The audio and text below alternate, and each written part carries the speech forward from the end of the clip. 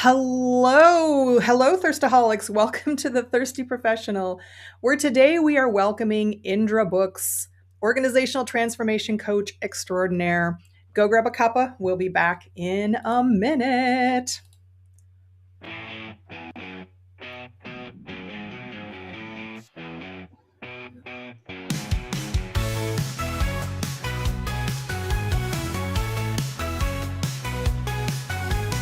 Welcome to the space where truth is poured. No corporate scripts, just tales explored.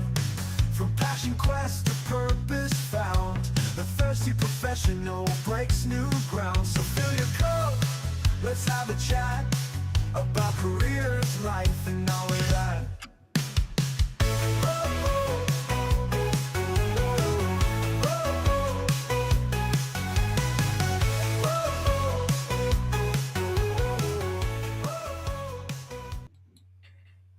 Hey, everybody. Welcome to the Thirsty Professional. This is a place where we grab a bevy. I got my Ted Lasso cup here. We ditch the BS and we get real about careers, purpose, and passion. I'm your host, Beth Ann Campbell, former corporate queen, now full-time author and podcaster, author of the award-winning, yes, I swear it actually won an award, Where the Hell is My Bacon? For all you corporate folks struggling out there, it will make you feel a lot better. Probably won't change much, but it'll make you feel better. And also the recently released RIP Files, Case of the Demon Drums, Paranormal Mystery. If you like ghost stories and you are fascinated by paranormal investigation, I was an investigator for 10 years, wrote a story about one of my cases, inspired by one of my cases. Anyway, if you're watching live, let us know you are here in the comments. And actually, I've got a little thing here to remind everybody to welcome you all and put in the comments, where are you from? And most importantly, what are you drinking? If you're watching the replay, please give us a hashtag replay. And of course, make sure to let us know if you have any questions or feedback so we can address it during the live stream. All right, I'm going to bring my guest on here and give her the intro that she is due. My very special guest today on the Thirsty Professional is Indra Books. Indra is an organizational strategist, culture architect, and founder of AFA, where she helps leaders and teams unlock trust, align fast, and deliver results that last. God knows they need it. She is known for turning skeptics into champions and leading with a people first, then process philosophy. Oh, how I needed you in corporate, Indra. This is going to be a great show for entrepreneurs and corporate royalty both. Indra is also a US American living in Spain, so I'll probably ask her a little bit about that. I'm so fascinated. Where do I want to live in 5 years? I don't know. Please welcome Indra Books. Indra, welcome to the Thirsty Professional. Thank you. And I have to say, watching your promo, I feel like I should have brought a hat, some props, and I feel very unprepared right now. Well, you know what, Indra, don't feel bad. I would say probably about 50% of my guests have hats, but 50% don't. So don't really feel it is encouraged, but not required. Same with swearing. If you want to swear, you are welcome to swear. I'm actually wearing I don't wear a normal wedding ring. I have a lot of rings that I just use on my wedding finger. And today, I don't know if you can see that I am wearing my fuck ring. So sometimes we need it. Sometimes we do need it. I have to ask you, Indra, and I think you have made comments. I've done quite a few posts about how people can't get my name right and all the weird variations. I would imagine as an Indra Books, you get a lot of weird variations of your name. Have you ever gotten like where they just haven't called you the right name? And what's your favorite? I spent the entire 6th grade being Ingrid. Oh no. Well, it didn't matter how many times the other teachers corrected my homeroom teacher. I was Ingrid until the very end. So it didn't matter. Yeah, it was the teacher whose main language specialty was English. Apparently, because my name isn't English, that was a bridge too far for him. So he just decided it was Ingrid, and it didn't matter what anybody said. That was where we landed for the year. Was there a story behind your name? Is there a story behind your name? I was born in the 60s, and I could have been named, Lotus Petal, Moonbeam, Sunshine, Rainbow, or anything else that came out of the 60s. But my mother decided when my father proposed naming me Mary Kate Sue, that she would do battle on that one, and she named me Indra. And then she decided maybe she went too far because Indra in the Hindu religion is the god of lightning and storms, and in ancient Persian means little devil or imp. Oh, So well, to balance that, because maybe that was too much, she gave me my middle name is Ma, which is French for love. So that was supposed to balance well, it. it's beautiful. It's actually a beautiful name. I mean, at least you have a story. I think my story is my I don't even know if this is a real story, but maybe my mom's great grandmother was Bertha, and that's a derivative of Elizabeth. So I became Elizabeth. Mhm. Thank the heavens and all the gods that might be out there that she did not go with Bertha as a nickname. Mhm. So Yeah. No, I mean, and I'm very thankful as well because I am not a Mary Kate Sue. yeah. So you said Mary Kate? Mary Kate was one word. Wow. Wow. Sue was the second one. And it was because he was very enamored with the idea of like double names in the South, like Billy Bob. Yeah. Yeah. I don't know where the Mary Kate Sue came from. It's not like it was, Mary and Kate Ashley, etc. They weren't born Yeah. That yet. was So well it wasn't before. that. But yeah, I don't know where he came up with that, but I am so thankful that my mother was reading a book about India at the time I was born and decided that was a better option. Wow. Yeah. Um, So, God, you made me think of something and now I can't remember. Okay, well, you know what? If I can't remember, that means it's time to go and see who's It's time checking to in. move on. Hale Hushim is here. Hello, Hale. Oh, 7 a.m. in California. But you know what? You're in California. So, I mean, that There we can't be are. that No. bad. Corporate. So, Hale, I will be reaching out to you. Hale was on 2 weeks ago when I had Julie Taylor on, and we got to talking about corporate, and we decided we needed to do a former corporate panel. So, we've got a panel lined up for maybe June or July, and Hale is going to come and tell her story because she's got a corporate background. We have so many people who have lived in the corporate or traditional professional jobs and then mostly either laid off or just couldn't deal with it anymore, couldn't, for whatever reason, and got out. But It is what keeps me getting up every day and making this work. Because the Hale thought of says, going back is like, that's exactly why I'm not back, because when I got laid off after 23 years, I had a few months of panic, but then I realized when I was thinking about actually going back, that's where the panic was setting in. And when I made the decision not, I'm just gonna I'm just gonna try it. And if I have to go back to work, it's not going to be in corporate. Maybe I'll go part time. I'll work at a freaking Michael's or a grocery store. I don't care. And it was like angels singing that I didn't. I just I'm not going back. It was just too much stress.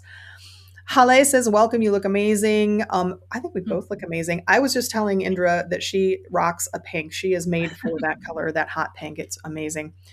Um, yes, me, I'm now on a mission to correct them for, yeah, Hale, I would imagine you get a lot of that as well. You probably get a lot of, I get Liz a lot. Like if I'm Elizabeth in any system, people will just default to Liz. But and I've been called some weird names, but usually that's because people forget to change something in their system that sends out an automated. So I've been called like Neil and Vince and weird stuff like that. I have a new problem now because I live in a country where people have two last names or two surnames. But I have two first names because Mm. whatever is in your passport, which somehow a million years ago, my second name ended up in my passport. Oh, Whatever's in your passport is what goes on all of your government IDs here as well. ah, So my IDs all have both of my first names and then my surname, but I don't have a second surname. So everywhere I go, they think that my middle name is my first surname. oh, wow. And Okay. so, and then for some reason, despite the fact that Catalan has a lot of connections to the French language, they can't say "ma," and so Hmm. it comes out as some "I me" something. I don't know. It's a very odd experience, but I've gotten used to it. Where if they call a name and nobody responds, it's probably me. I'll bet you Halle gets a lot of that too, because Halle, I imagine that you probably get called Hallie, Haley, and a million variations therein. Mike Goggin joining. Mike, my good friend Mike from Oakland, California. Coffee black and not enough yet. Mike, please tell me in the comments what you're doing in Oakland, California, if you can. If it's just business, just say business. But you don't live in Oakland, so. Coffee. I'm drinking coffee today, which I normally do, but this is the first coffee that I've had since a week ago today. So since last Friday. Oh, wow. I've been laying off the coffee because I've been having some, the old age. I've been having some acid reflux like all day, every day. And one of the big things they tell you is, go off coffee. And I will say it has helped quite a bit. So we'll see what happens today, but I might have to cut down or maybe, dare I say it, switch to tea. I don't know if I can do that. Hollis, yeah, go ahead. I have tea. So if you need tea advice, I'm your person. I am a tea drinker. My great aunt taught me how to make tea when I was 4 years old. And I forgot, that was my first question I should have asked you. I feel like I've somehow failed in my efforts, as my grab a bevy tagline says. What kind of tea are you drinking, Indra? I am drinking loose leaf Darjeeling. Okay, pretty standard classic tea. That's if I'm going to drink a whole pot, that's, I'll either do Darjeeling or Assam. I don't like things with fruits and flavors and herbs and Well, you and I would be good, like probably as roommates, because whenever I would get anybody would ever give me a gift of the classic tea, I would give it to you. And if you got like the peach herbal tea, you could hand that right over to me because that's all I will eat. Yeah, but I have friends like that too. So like same thing. When I have gifts, I just put it in a little box because eventually somebody will come over and that's what they'll want. Yeah, this is why I can't switch to tea, because I don't like the flavor of black tea. If I catch the flavor even with something in it or imbued in it, imbued, is that the right word? I still, if I taste the black tea, now I can do white tea, I can do green tea. I think I've even had, I think there's a red tea, but it just doesn't, it's not the same. It's not the same as coffee. No, it's definitely not the same as coffee. That's why I drink it. All right. Wrapping up the comments here for the time being. Hale says her name means halo and she had no idea. She kept putting a nickname for herself without knowing. Angel. Oh, see, you kind of like you knew. There we go. Mike's on business. Thank you, Mike. And Hale says I can do a whole podcast without coffee. A whole podcast about coffee episodes. I'm your person about coffee and sharing how to still enjoy it. Okay, well, we might have to ask you that when we do our panel, because I need to know how to enjoy it without acid reflux and then that sort of cortisol when the heart starts beating when it kicks in, and I just Anyway, let's jump in. Okay, so Indra, I always ask my guests before we jump into wherever we end up going, what do you do and what are you passionate about in what you do? So let's let our audience know a little bit about as a level set. Oh, I think I'm very passionate about everything I do. It's why I do it. And I think I am a product, just like you, of that corporate toxicity that we've all experienced. And I just couldn't do it anymore. I couldn't keep doing the consulting and having to, offer services people didn't need because that's what I was told to do. And so I think that passion is what drew me to how I set up my company and the work that I do.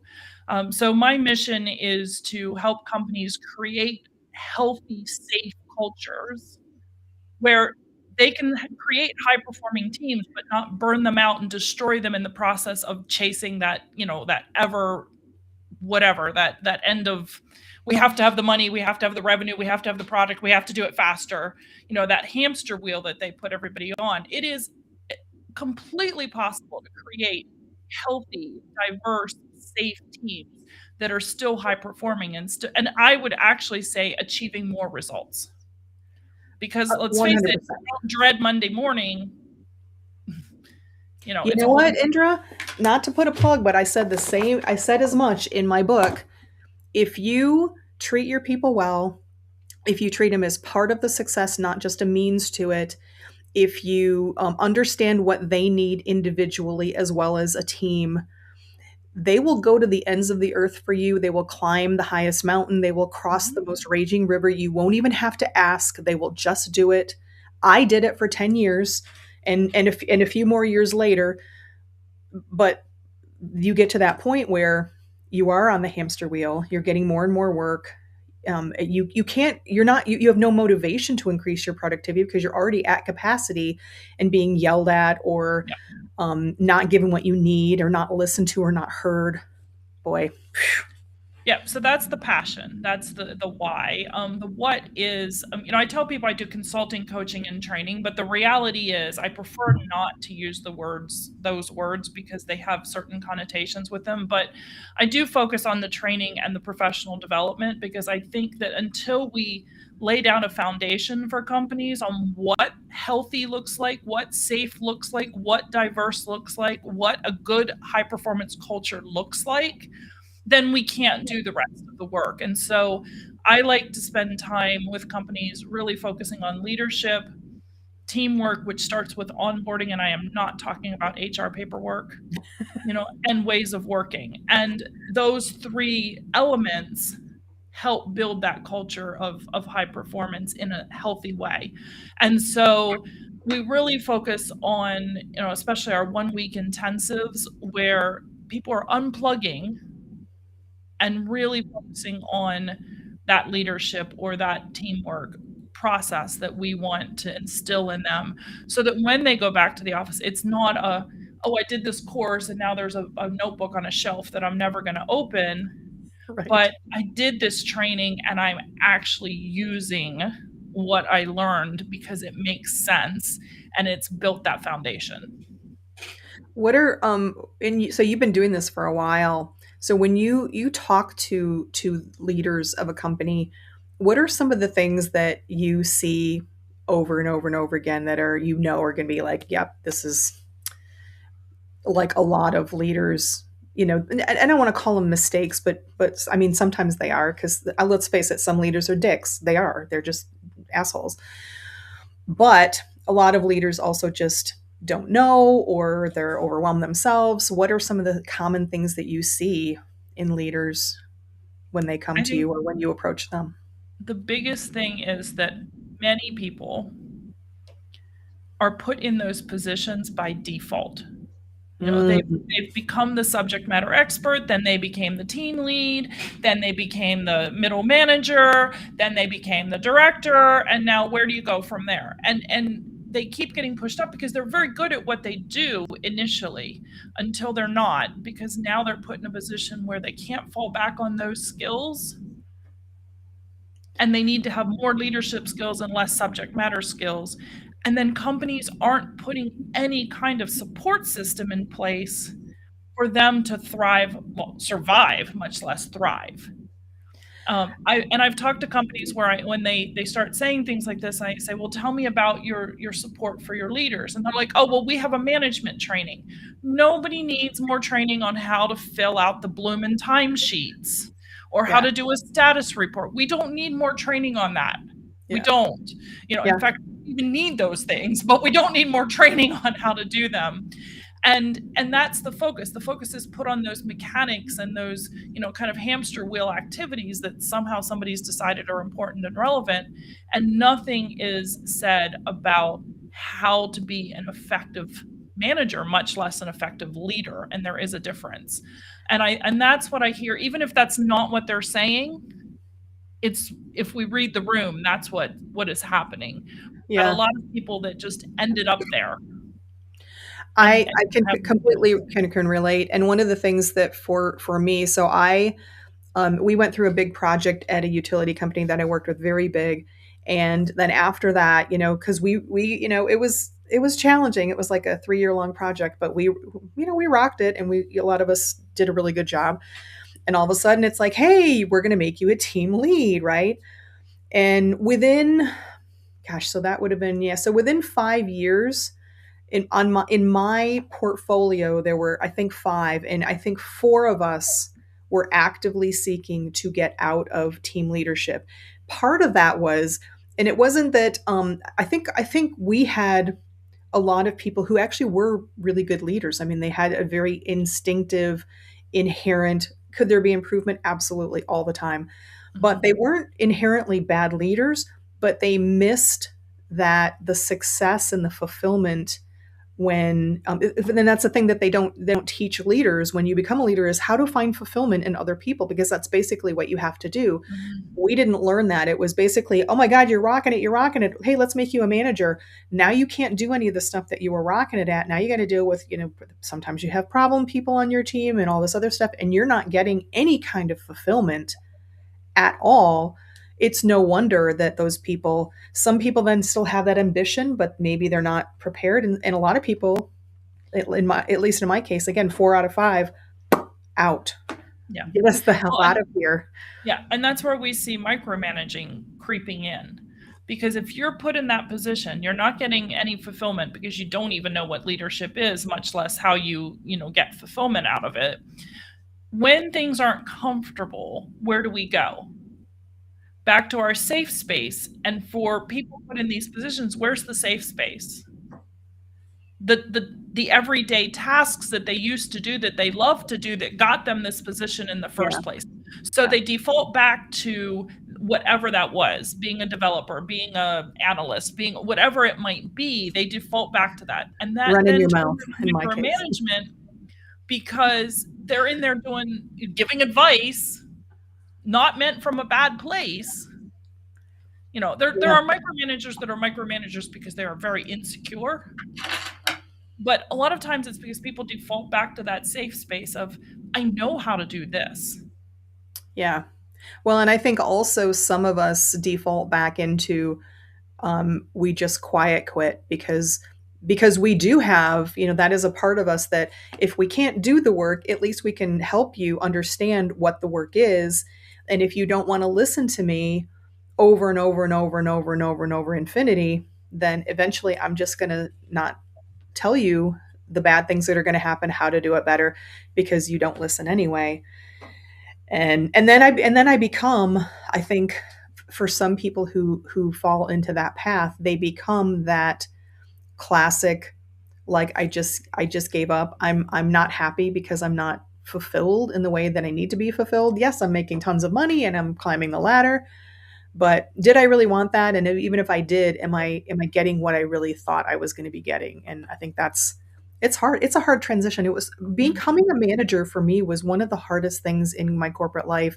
It took me years to embrace this idea that I could find fulfillment in my team. I still wanted out, but I understood that more. But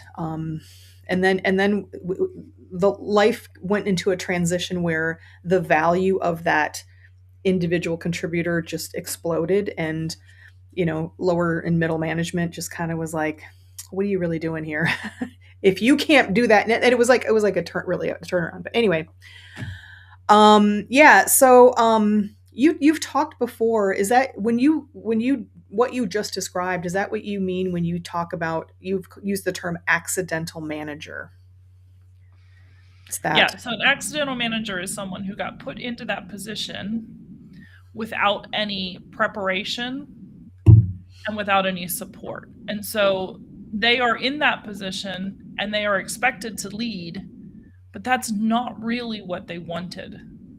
Yeah. What was held over their head was, if you want more money, if you want a promotion, if you want to keep growing, and they'll dangle little carrots in front of them, then you have to go into this position. And quite frankly, if you have to cajole somebody into taking a position, you're making the wrong decision, and so are they. Wow. I wish I had heard you say that because I did. I mean, I had an opportunity with somebody who used to work at a company I worked with, and it would have been a good opportunity. It probably would have been a lot of fun and a great learning experience, but I was getting the carrot, the golden carrot dangled. No, Mm. no, no, stay with us, come back. You can, well, here's some more money and here's an incentive, stock plan for you. And I took it. It's hard. It's hard to resist sometimes, especially when I think when you're young and you just see all of that opportunity in money, or the perceived opportunity in money. So somebody becomes an accidental leader, and now it's a few years later, and they're challenged. So tell me some of the things that you are going to help them with. What are the first things that you're going to maybe look at and evaluate? So I spend a lot of time with people on who are you and who do you want to be. When we do the leadership program, the first 2 full days are really about knowing who you are, how you show up, how other people perceive you, which are not always the same thing. Yeah. Are other people's opinions important and when? And how do you get to where you want to be or need to be? And those are not always the same thing either. So we spend a lot of time working on self. And then the second half of the program, we work on, okay, now that we know who we are and who we need to be and how we need to show up, what other people need from us, how do we now change that idea of leadership is about reports and tasks and metrics, and leadership's really about leaders as coaches and mentors growing that high performance workforce. How do we transition into that role and what does it look like? So we spend time working on communication and, most importantly, how to have the difficult conversations. We do an exercise where I ask people to write an email that they need to send that is a difficult or controversial topic.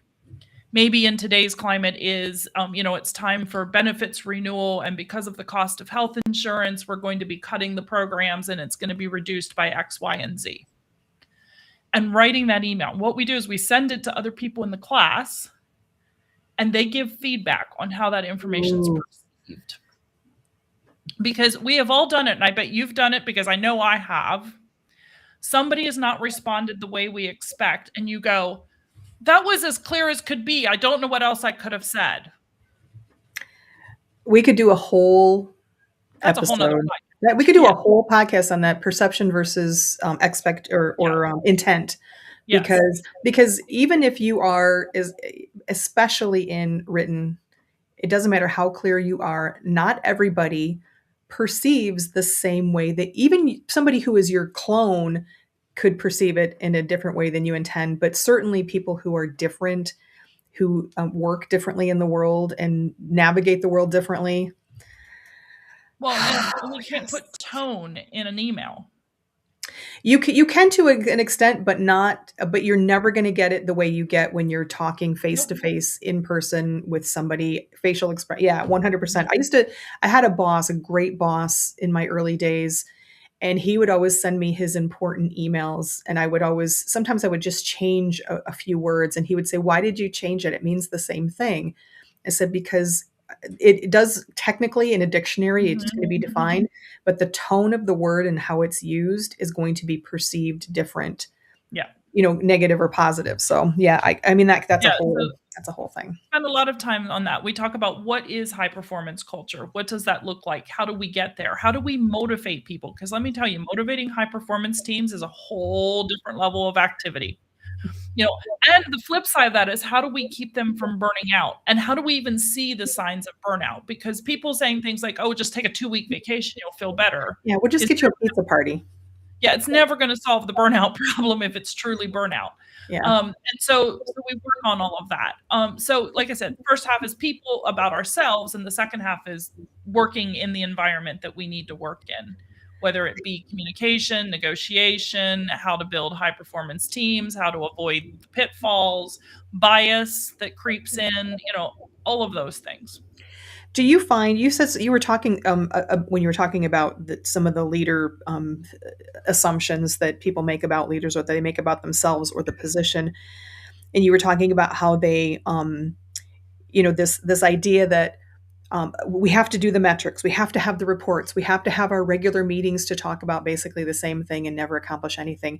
Do you get resistance? Because I've had so many leaders, Indra, like this. They're sort of on the authoritarian side, sometimes really authoritarian, but they're all about, are your timesheets done on time? And can you go and review this timesheet to the gnat's ass? And what does the metrics say here? And let's look at our report of our projects. But then you get people on the call saying, this doesn't help me. This doesn't help me be a better, more productive, do my job better, get more work, stuff done better. It's just noise. Do you get resistance from leaders when you tell them you're not a good leader because you have all of your reports in order? Can I use that sentence in my next training? Sure, Can I absolutely. coin that? It's on video. You can go get the transcript. I'll just play that over at the beginning of the session. Well, the people who are really that entrenched are never going to work with me. Okay. Because admitting that you have that level of a problem, you have to already be ready to change. And if you're Yeah. that stuck in needing all of those things, unless someone has said to you, if you don't go take this course, you're fired, those people are unlikely to ever get to the point where they're going to come and get the help. Yeah. But one of the things that I did with an entire organization who was insisting that my team build an application for them to that because they needed all these reports. They were absolutely critical. There was nothing we could strike off the list because we had to have absolutely all of them, or the building was going to fall down, the organization was going to collapse, and the world was going to end, right? So I thought, okay, they're not going to listen to me saying this is just noise. So what I actually did was I tracked, because we have technology these days, and I tracked every email open, and every report open. Ooh. It wasn't a really difficult thing because you know how many were opened? Probably zero. You No, should be a absolutely zero. spy. You should be a spy, Indra. You'd be really good. That's Absolutely really good. zero. So I could have said to them, this isn't worthwhile. Yeah. Or I could have used their own medicine against them and put the metrics in front of them. And the metric was, you told me this was a life and death report that you have to use to manage. So why didn't you open it? Nobody opens. That's hilarious. So that then opened the door to have a different conversation. But boy, that is an uphill climb if you got to keep putting statistics in front of people of, you don't need this report because you're not reading it. You don't know you're not reading it. And at that point, we have to look at what's this hold? What are they grabbing onto so desperately for that? Yeah. And a lot of times what it is, it's the insecurity. Well, I better have the report because if somebody on the board of directors asks me a question, I have to be prepared, because saying I don't know is not an option. We do teach people that saying it is an option, but most leaders are taught, I can't make mistakes. I can't show weakness. I can't not know an answer. I can't have all of the information at my disposal, because if any of that shows, that's a crack, and somebody's going to think I'm a failure, and failure is not an option. And because of that culture, we just keep building these toxic environments because there's no way to live up to that standard ever for anybody. No. And I have seen that fear. I've seen it all around. It's a vicious circle because, when you're talking about those, all of us who have worked in a traditional professional job know about the people who have to have the reports. And then you're always looking to people, at the bottom of the corporate food chain to get the information for you into some system or to some person or some spreadsheet or whatever. So they're spending their time and they're asking, why is this important? And I'm not saying that all of it's not important. Sometimes it is, but a lot, I can tell you in 23 years, more than half of it that I experienced was not important. It was just somebody needing some metric, some statistic, some number that didn't mean anything. So it's like, I present this number. If somebody happens to read it or look at it, then what? Right. Then nothing. Then it usually what happened was, if it's not a good number, then somebody at the bottom gets yelled at. But and then we compound that by sitting in status meetings all week to talk about the things that we don't need to talk about. That's a whole other show too. The insecurity that you talked about, I mean, I saw that so much, especially with, and not everybody has a big ego, but the bigger the ego, the more insecurity. But it is just really interesting to me as somebody who, I'm not saying that I never experienced fear. I absolutely did. But there were many times where I said, I don't know. And the good leaders that I worked with were the ones that could say, I don't know. I don't have that answer for you. If you need that answer, I will help you get it, or I will find it for you. But it's that people just don't understand that when you say, I don't know, it doesn't make you weaker. It actually makes you more trustworthy. and people believe what you say, and you makes you a stronger leader because people know that you're not perfect, and you're not, because they know when people are lying to them. They Yeah, know. It's amazing. exactly. You said that you said we were talking about you don't really get the hardcore authoritarian types, right? The leaders that you do get when you start working with them, is there something or things that are common, they're commonly, or maybe what's the most interesting thing that you found someone being surprised at? Are they, I mean, are there epiphanies where they're like, oh, I never even thought about that? We have a lot of epiphanies around inclusion. Really? I'm Well, so fascinated by this conversation. we're gonna have another whole meeting about politics if I get too deep into this. But Well, no, the tell me from words the work perspective. Yeah, I get it. Believe but me, the I get words it. diversity and inclusion in some countries have been stricken from the lexicon, if you will. Yeah. And so it's very interesting to me, like, what do people even think those words mean in the first place? So we talk about that. And I use a topic. I used to do a talk called Giving Everyone a Voice. And I would say to people, I said, do you understand that giving everyone a voice is as simple as this? What if you have people in your team who are introverted and they're sitting in a meeting and you call on them unexpectedly? And I have lived this on both sides of this coin. And I had a boss who went to a conference, bless us all, and came back and said, we were talking about in this conference how you're supposed to make sure everybody gets to speak in a meeting. I'm like, we're about to have the other shoe drop here. So I've been in those meetings, Indra. I've been in those meetings where, in fact, I've been yelled at for talking too much in meetings, when I don't think, and somebody just asked a question and I answered it, and I got reamed by somebody who was sticking up for the introverts. But then the introverts, I know what you're gonna say. Go ahead, blow me away. This brilliant idea was that in every meeting, this was the new policy, that in every meeting, before you ended the meeting, you had to go around the room and call on every single person in the room. And them saying, I have nothing to say, was not a viable option. And I was just like, this is gonna go well, but here we go. I'm gonna do it because this is me proving a point. And so we did. And when you call on people, especially people who either legitimately don't have something to contribute, maybe they shouldn't even be in the meeting because it's not their thing, they're just told to be there, or don't have something to say in that moment, or don't do well on the spot doing a mini presentation, what is going to happen? Nothing good is going to come from this. And so I use that example in the giving everyone a voice when we talk about, when you put Sam, the introverted Sam, on the spot, Sam is wishing he could meld into the ugly corporate carpet at this point, and never be seen again. And you are never going to get the best work out of Sam if you do that.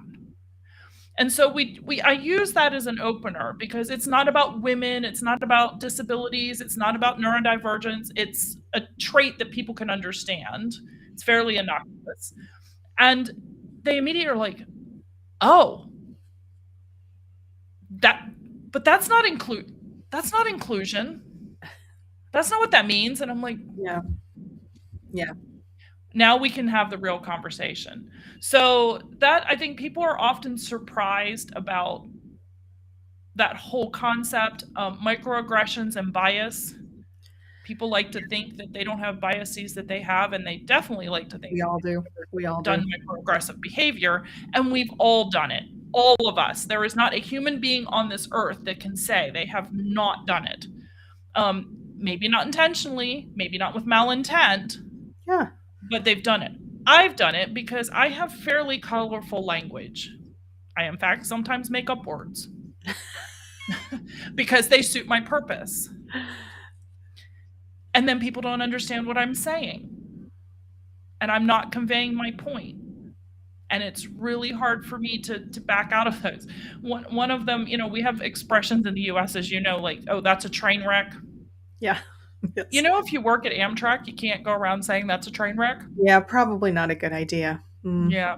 If you work in the USPS, you can't go around saying that somebody's Go going postal. postal. Yeah. So, so you have to, being inclusive is not just about making sure that you have, 2 men and 2 women on every team, Yeah. or that everybody gets to speak up. So I think the thing that surprises people most is when we do that unit about inclusion and diversity and what that means and how we give people a voice, and really digging into the behaviors we have in a corporate office that don't serve everyone. How Yeah. we get information, how we have meetings, how we share and collaborate and innovate is often not super inclusive. How you keep asking all the women to take notes or go get the knife to cut the cake and hopefully, Without even acknowledging you've now for the 10th time asked the woman to go do it. yeah, yeah. Yeah.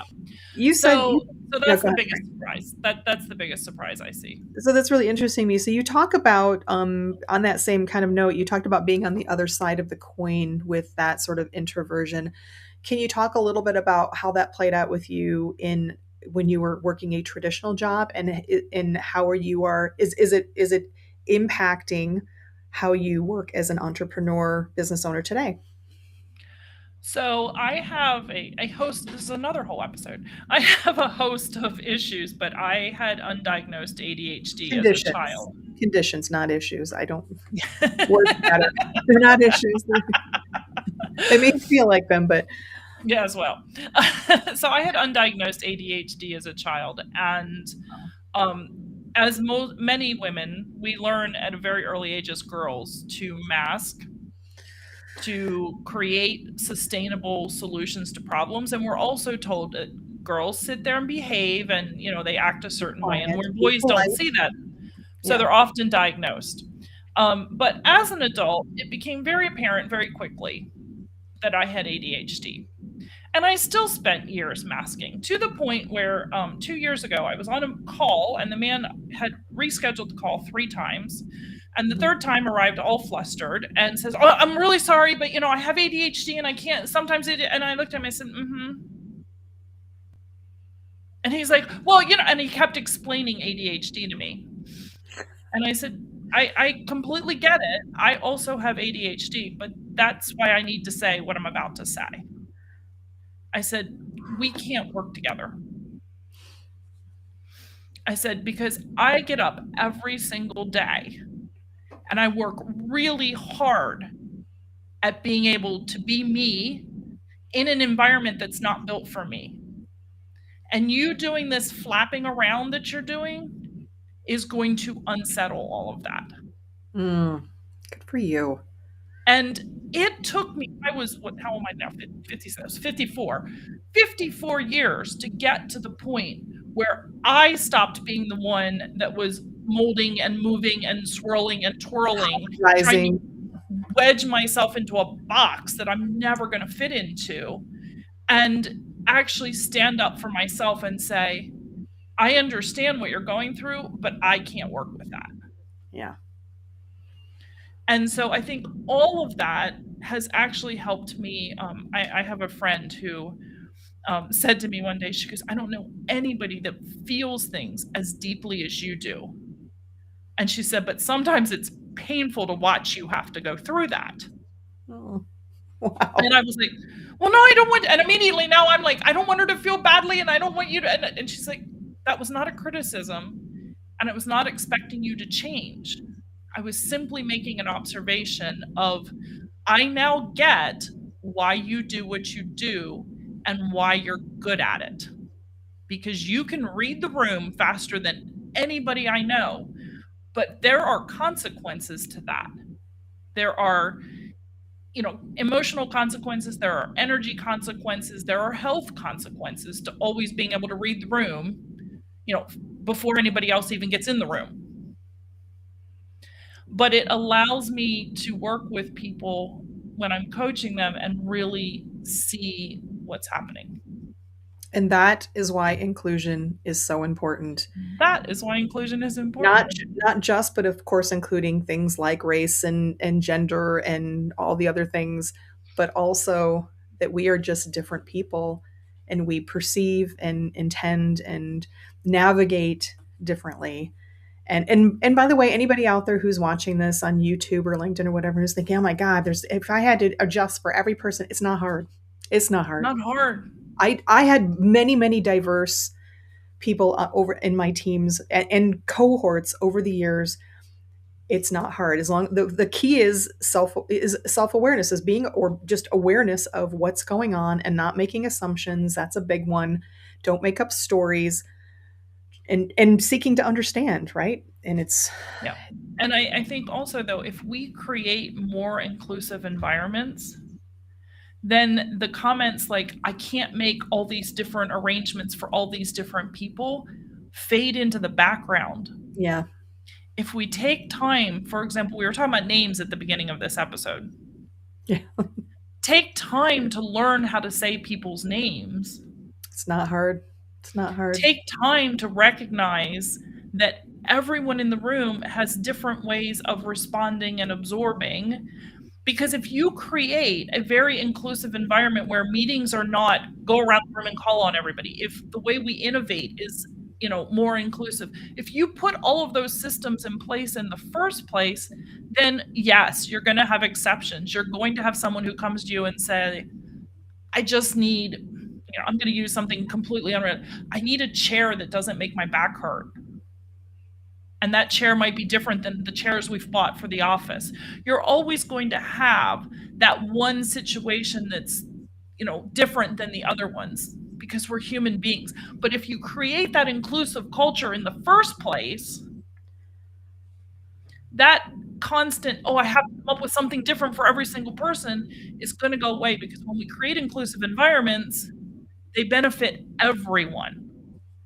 So we create a different way of innovating. We create a different way of having meetings. And suddenly the person who, you were talking about your dog at the beginning before we started. Suddenly the person who has a dog who's constantly barking isn't stressing about it, because they know that we've created this environment where if I need to step away for 5 minutes, the world isn't going to end and nobody's going to criticize me. I mean, can you even imagine? You're like kind of blowing my mind with really giving me a perspective on this, Indra, because what I wrote down here is that inclusivity is really understanding, accepting, and embracing that people who are not like you are not lesser than you, and they're not worthy. And if you just take that one sentence in your head, whatever it is that you're making me think of times where, and I'm sure I've done it myself, where it's clear that I can tell this dickhead senior vice president is treating this middle-aged woman project manager different, and I know it's because she's a woman, and I know it's because I have EI. If you just take that and say, okay, look, this person is not lesser than you or not worthy of of whatever it is that everyone else is getting that they're not. What a great world we would live in if we would just stop being dicks about this stuff. I used an example about luggage. And so if you watch all the luggage on the conveyor belt at the airport, do all the suitcases look the same? Mm-mm. Does that mean that someone's suitcase is better or worse than somebody else's? Or somebody chooses a duffel bag versus a backpack versus a hard case versus a soft case versus one with wheels? They're just different forms of getting to the same place. They're just a different form of carrying your belongings from point A to point B. Amen. They're not better or different. So people are the same way. We're not better we're different, but we're all trying, at the end of the day, if we're working in a company, we're all trying to get to the same place. Oh, amen. Indra, we're kind of getting near the hour. I want to go through the last few comments, but folks out there, if you have any additional thoughts or comments, if you're live, throw them in now. Otherwise, throw them in and we'll address them after in the replay. By the way, replay link in LinkedIn and in YouTube is the same link, so you can watch this after the fact using the same links that are in the post. Hale says you've got to have the burning desire to want the change. Sometimes they don't know it until it's too late, yet it's never too late. Yeah.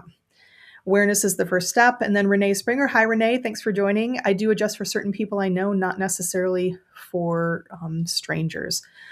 I mean, it's different when when it's a stranger, but I mean, what is a stranger defined, right? Hale says, no one is less than you. Humanity, yes. Renee loves that analogy. Yeah, it was a great one.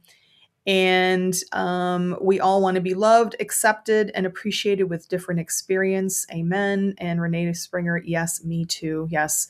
Resonating, definitely, Indra.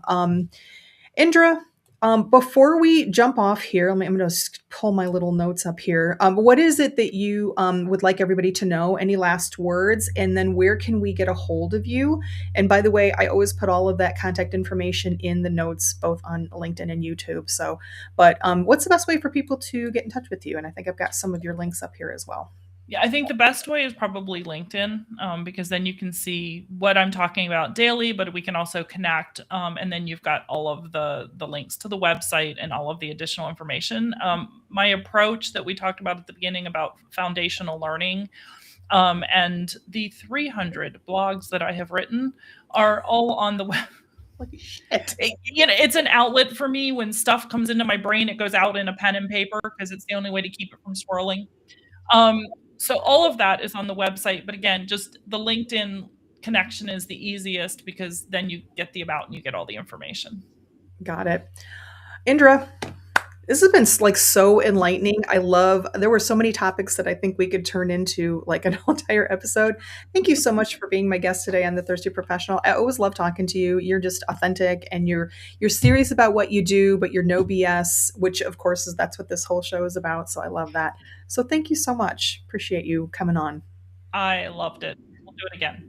Awesome.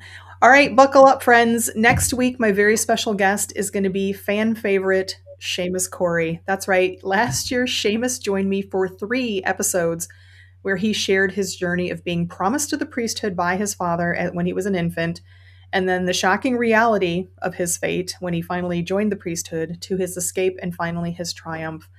It was really, if anybody watched those episodes, you really know how profoundly moving they really were. So Seamus is back and we're going to reflect a bit, but we're going to talk about what he's also doing in his life now because he is awesome regardless. I hope you can join us and bring your questions for Seamus. All right. Thank you all for joining either on live or the replay. If you are watching on LinkedIn, please connect with both of us, with Indra Books and myself, if you're not already. And if you're on YouTube, please like and subscribe. It really does help, and it's very much appreciated. If you have any additional questions or feedback, please leave them in the comments, or you can DM one or the other of us. And then congratulate yourself for getting real about your career, your purpose, and your passion. Now, Miss Hattie Arbuckle, my lovely hat here, Indra Books, and I are going to now bid you a fond farewell. Take it easy. So fill your cup, let's have a chat about careers, life, and all of that.